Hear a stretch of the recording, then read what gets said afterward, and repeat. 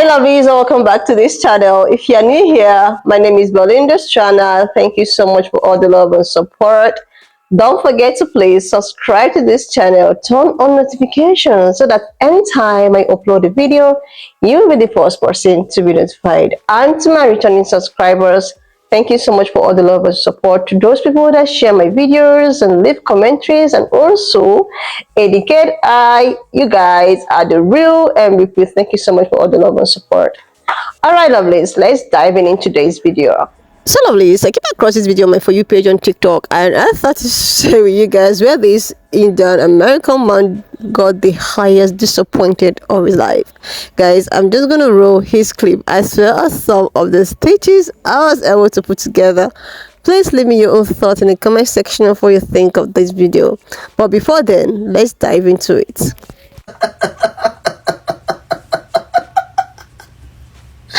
I love it when a Trump supporting Tunisian gets told exactly what white racists think about them.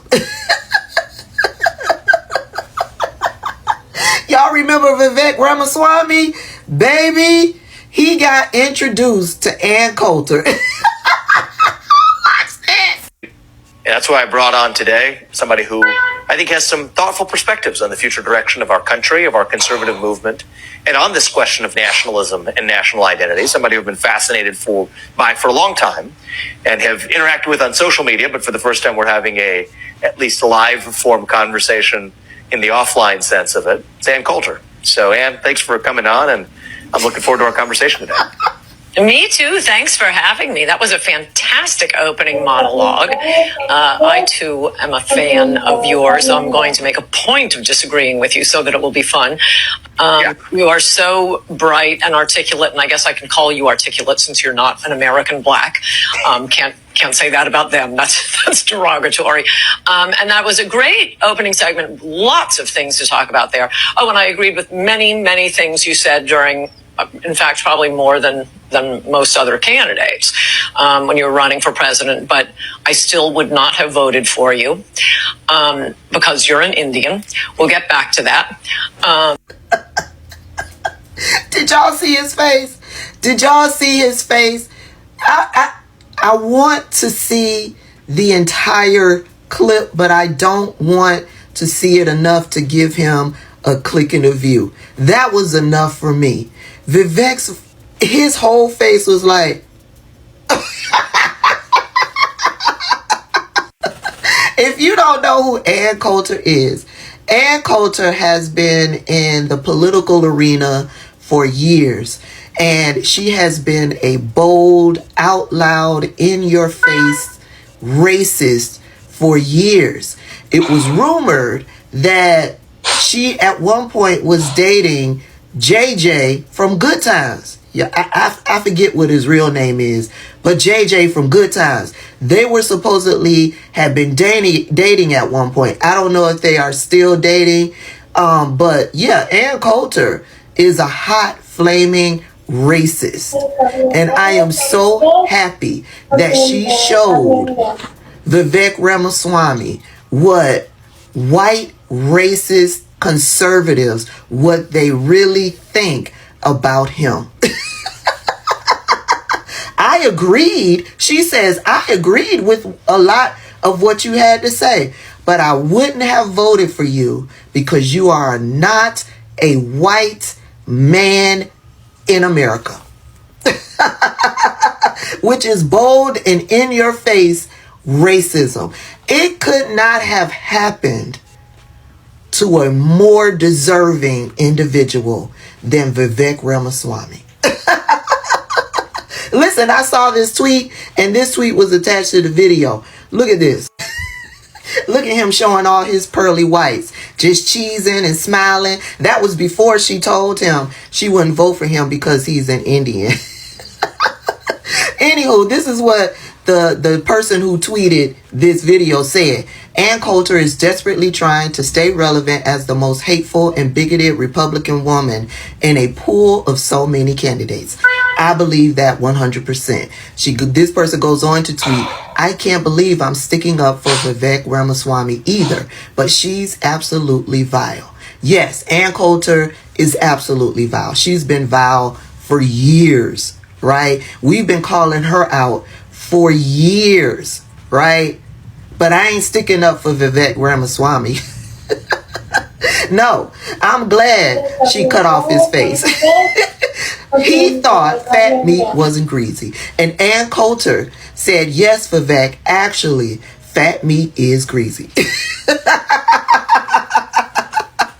Brava, Ann Coulter. Brava. Y'all, come look at this. Come look at this. Come look at this. I brought on today somebody who I think has some thoughtful perspectives on the future direction of our country, of our conservative movement, and on this question of nationalism and national identity. Somebody who's been fascinated for Ann Coulter. So, Ann, thanks for coming on, and I'm looking forward to our conversation today. Me too. Thanks for having me. That was a fantastic opening monologue. I too am a fan of yours. You are so bright and articulate, and I guess I can call you articulate since you're not an American black. Can't say that about them. That's derogatory. And that was a great opening segment. Lots of things to talk about there. Oh, and I agree with many things you said during, in fact, probably more than most other candidates when you were running for president. But I still would not have voted for you because you're an Indian. We'll get back to that. Okay, so what Ann Coulter just tried to say and what she did and what we tried to communicate, most of us black people, some black people, okay, is that at the end of the day, they still not gonna pick you, okay? They still not gonna pick you. What she tried to say in this comment, right, specifically at the beginning, when she said, I can't say that about black people because that would be derogatory, is that we can play in y'all face, but black people has indicated that we cannot play in theirs, okay? And the same thing that other groups and raccoons too be trying to tell other black people, be quiet, you talking too much, you trying to make this a big deal, it's really not that serious. She's doing a compliment, okay? Like y'all did in that black white video. I saw y'all running in there, y'all all in the comment, that white lady comment, talking about it's a compliment. And just like Ann Coulter, when it's rooted in racism, it's not a fucking compliment. They're not gonna pick you at the end of the day, just like Ann Coulter just did, okay? The only thing is she took it all the way and told the truth in the end. And the difference is she went all the way and told the truth in the end. And the truth in the end is that at the end of the day, I don't care what the fuck you say. I don't care how much I agree with you. I don't care how much you coon. I don't care how much you agree with me. I don't care how much you like my compliment. I don't care how much you kiss my ass. At the end of the day, listen to us. We still not gonna pick your ass. And he sat there and laughed. You saw how he laughed when she said, oh, it's like it'll be derogatory. And he giggled a little bit because he thought that was a dig. But what she was actually trying to say is that we can't play in black people's face. Because they keep screaming and shouting that we can't and we don't get that space. The same thing that some of y'all be telling black people, be quiet about. Don't say nothing. Just take it. It's a compliment. When we know for a fact that at the end of that compliment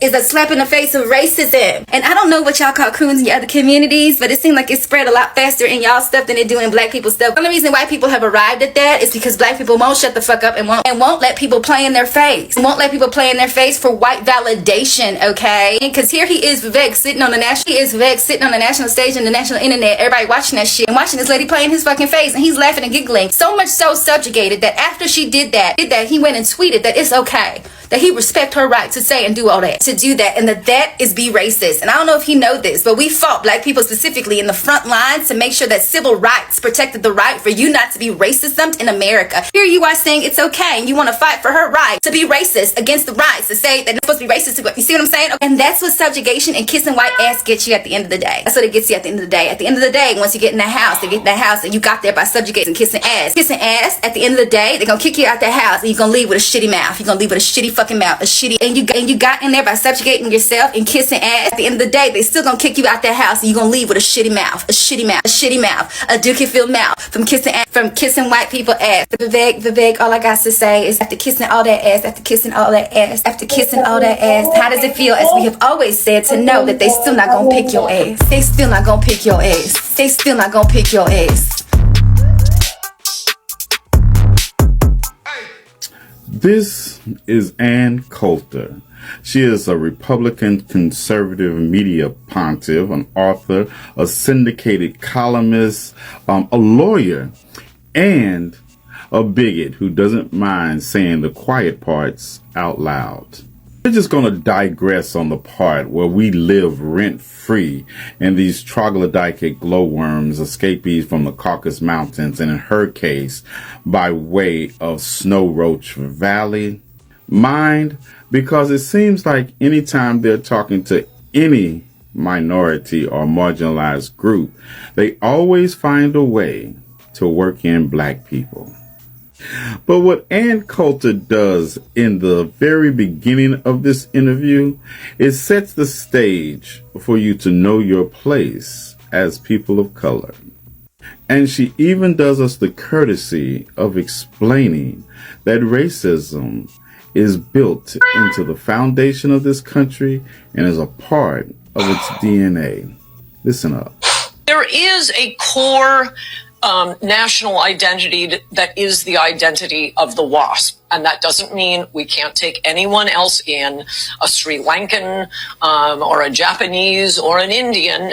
But the core around which the nation's values are formed is the WASP. We've never had a president who didn't have at least partial English ancestry. And there it is, the ideology of centering the WASP, white Anglo-Saxon Protestant. And this is why white women also overwhelmingly vote for people like Donald Trump, because they are trying to secure their proximity to the white Anglo-Saxon Protestant male. And in true Derek Bell fashion, as he mentioned in Faces at the Bottom of the Well, as long as that proximity gives white women and the glizzy swallowing minorities proximity to white male supremacy, they will continue to swallow that glizzy and also let you know openly that they're okay with it. So you all have the day you deserve. And if you don't like what I just said, don't argue with me. Argue with your mama and Ann Coulter. And that's why I brought on today somebody who I think has some thoughtful perspectives on the future direction of our country, Ann Coulter. So, Ann, thanks for coming on, and I'm looking forward to our conversation today. I agreed with many, many things you said during, in fact, probably more than most other candidates when you were running for president, but I still would not have voted for you because you're an Indian.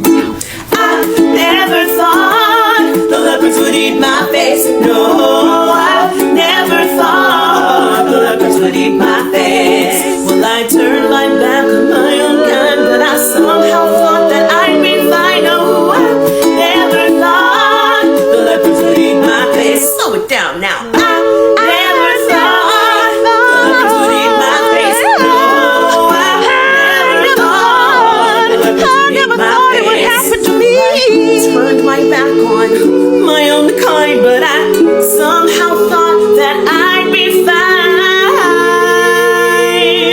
No, I never thought the leopards would eat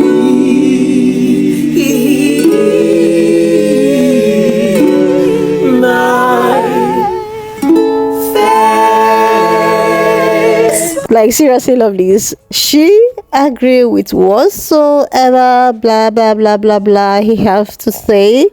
She totally agree with him, but she was still not gonna vote for him because he's an Indian American man. Like, seriously, this is so funny. Like, the more these people try to understand that no matter what you do, no matter how you want to, change it, twist it, and, think that you are gonna be picked, or you are gonna be to be considered, maybe worthy to be in their own, lane, the better for you. Like, seriously, no matter what you do, even if you like, try as much as you can to go against every other minority just to see if these people are gonna pick you. They will not. They will not. The more you understand this, the better for you and for your feelings. Like, look at his face for the first time where she was like, oh, talking praises, and he just all smiling. Then until when she now said, I was still not gonna vote for you then. Like, this actually reminds me of affirmative action. All of these things remind me of affirmative action. I would not forget, because I was one of those people that actually, oh my god, why do you want to take it off and all of that? Like, it all started from these Asian American people who think that they are in align with these people. Like, like they think that they are in line with these people. It all started like the way they will brainwash you to think that We are actually the problem. Like, without even knowing that you have been used, you have been weaponized, you have been used to keep these people, you know, distance. Like, she actually meant that. I think we can play around with you. We can play around with you and just dish it the way you want, or dish it the way we want to dish it out. But black people, they have made everything straight. They cannot be played or toyed around with. Like, seriously, this, remind me of affirmative action. Oh my God.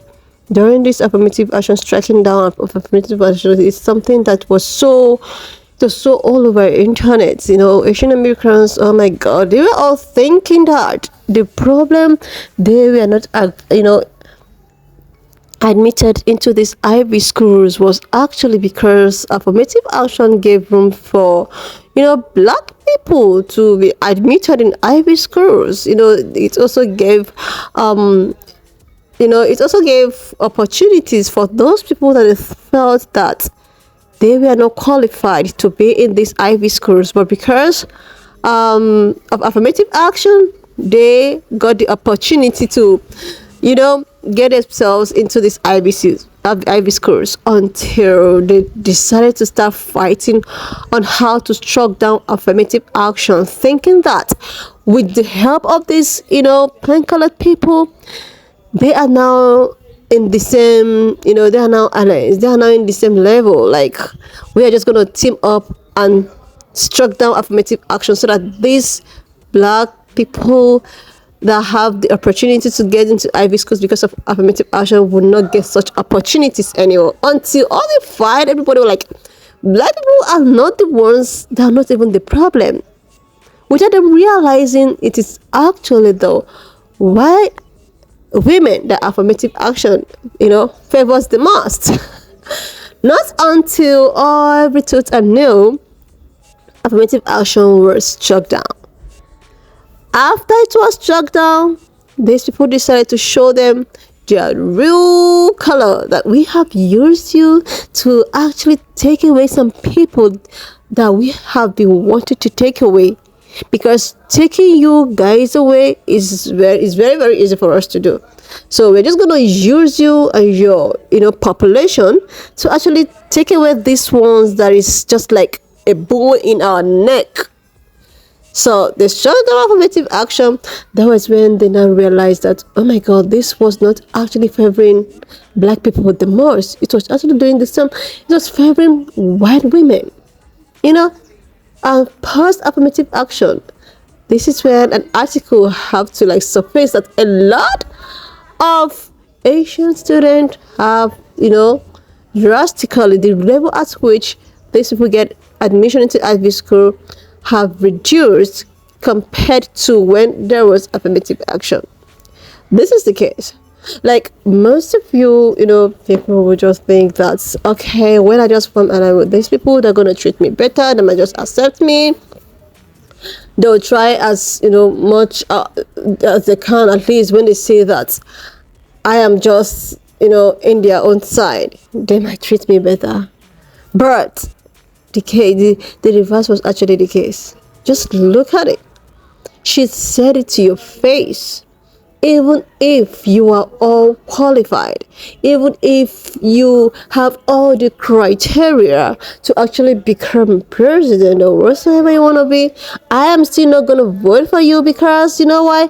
I am Ray and Sis, and I do not want you, a pan-colored person, to be my leader. I am supposed to be the one leading you and leading your generation. So no matter how competent you are, no matter how good you are, I am gonna be smiling with you, but I am still not gonna vote for you. I'm still not gonna vote for you. You're not gonna be my president. This is it. This is what these people do not understand. And this also goes to all the pygmies. There are so many pygmies. Even in our own community, there are so many pygmies. You will think that, okay, let me just go against my people and see if these people are going to pick me. They will not. They are just going to use you. They will use you, and when they are done using you, they will discard you. This is it. It's just very simple logic. They're just gonna use you and discard you. Like this, remind me of a video I saw one time about one crack of a guy. He was all like, okay, he can never allow a black pilot to fly him because he do not trust a black pilot, no matter how professional or no matter how competent this pilot think he is. So this is it. No matter how good you are, no matter how good you think you are, these people, they will still see you as unprofessional. They will still see you as someone that is not qualified. This will also remind me of the video I stitched yesterday about a woman complaining of her biracial baby or her biracial daughter being treated so badly because this biracial girl have all the competency. She's so good at what she does, but this patient insists that because of the color of her skin, she can never see her as someone that is competent. So this is what we're trying to say. So no matter what you want to do, no matter how competent these people, when they are rare and cis, they are rare and cis, and there is nothing anyone can do about it. So the more you just try to accept this fact, the better for you and for your heart and for every other thing. Let's see, when I saw this, I was just laughing. And with the musical, instrumentalists, it was just all a cruise. Anyways, lovelies, why not just, leave me your own thoughts in the comment section of what you think of this video. And do not forget that we do not support any form of bullying, harassment, or whatsoever. We're just here for educational purposes. So please, share this video, subscribe to this channel if you're yet to do that. And I will see you lovelies when I upload the next one. If you have watched up to this extent, thank you so much for all the love and support. Don't forget to please leave me your own thoughts in the comment section of what you think of this video. Don't forget that we do not support any form of bullying, harassment, or whatsoever. We're just here for educational, informative purposes, guys. So please share this video, subscribe to this channel if you're yet to do that, and I will see you lovelies when I upload the next one.